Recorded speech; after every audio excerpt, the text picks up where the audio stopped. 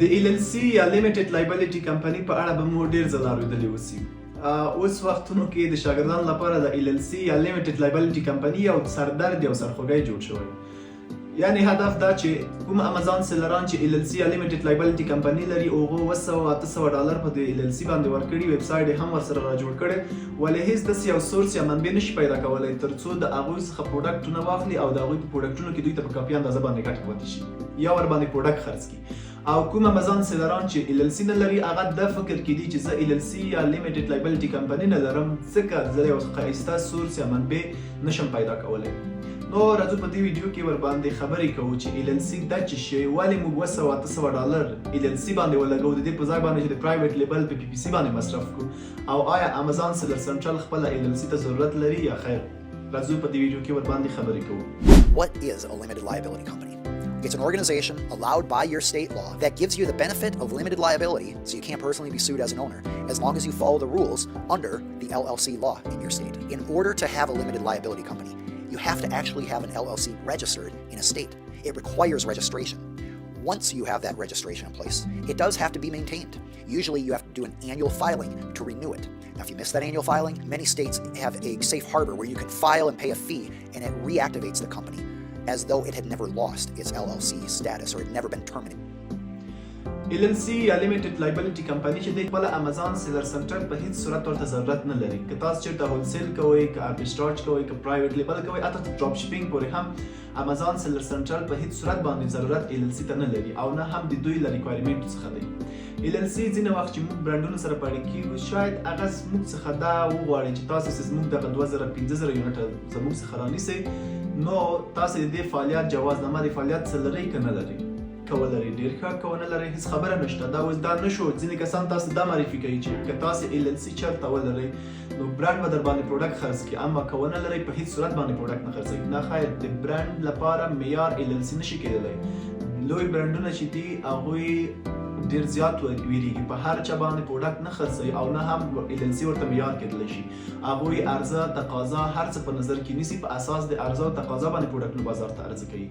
هغوی چې دوی داسې نه کوي چې مثال په ډول باندې که چېرته د دوی پروډکټونو 100 یونټو ته په بازار کې تقاضا اوسېږي، دوی 120 یا 150 پروډکټونه بازار ته، یو یونټ بازار ته عرضه کوي. که چېرته 100 تقاضا وي، دوی 80 یا 90 پروډکټونه بازار ته عرضه کوي ترڅو د دوی د پروډکټ هغه ارزښت وساتل شي. یعنې داسې نه لکه افغانستان کې چې پروډکټونه ته هلته تولید وي او هغلته د عرضه او تقاضا په اساس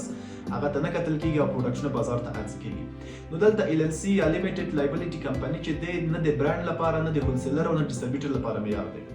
د برانډ لپاره معیار LLC دا څه نشي کېدلی. یو برانډ له بل برانډ څخه ډېر زیات ویریږي. یو برانډ په میلیونهاو ډالر مصرفوي ترڅو بل برانډ له منځه یوسي، ترڅو بازار ته په انحصاري ډول باندې پاتې شي.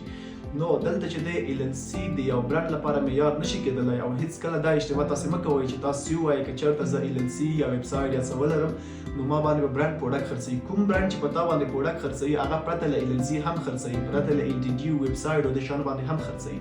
نو ولې باید موږ هغه وخت ولې باید موږ $800 په LLC باندې ورکړو په داسې حالت کې چې موږ مطمئن هم نه یاستو چې دغه $800 چې موږ LLC را جوړوو په دغه باندې له یو څوک څخه پروډکټ اخیستلی شو یا خیر. نو دلته زه تاسو ته دا وایم چې تر هغې پورې تاسو LLC یا LTD مه جوړوئ تر څو پورې چې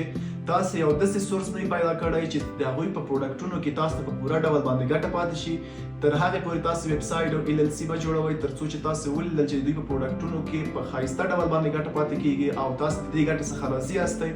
وروسته د هغې څخه تاسو LLC یا LTD را جوړه کړئ. وروسته له هغې څخه زه تاسو ته اجازه درکوم، یعنې زما لخوا تاسو ته اجازه او پیشنهاد دا دی که چېرته مې یو برانډ را پیدا کړ چې دوی په ټولو پروډکټونو کې تاسو ته په پوره ډول باندې ګټه پاتې کېږي او د همیش لپاره دوی سره پاتې کېدلی شئ، تاسو ډایرکټ لاړ شئ همغه ورځ LLC را جوړه کړئ. اما دا چې تر اوسه پورې تاسو مطمئن نه یاستئ چې تاسو باندې کوم برانډ پروډکټ خرڅوي یا خیر،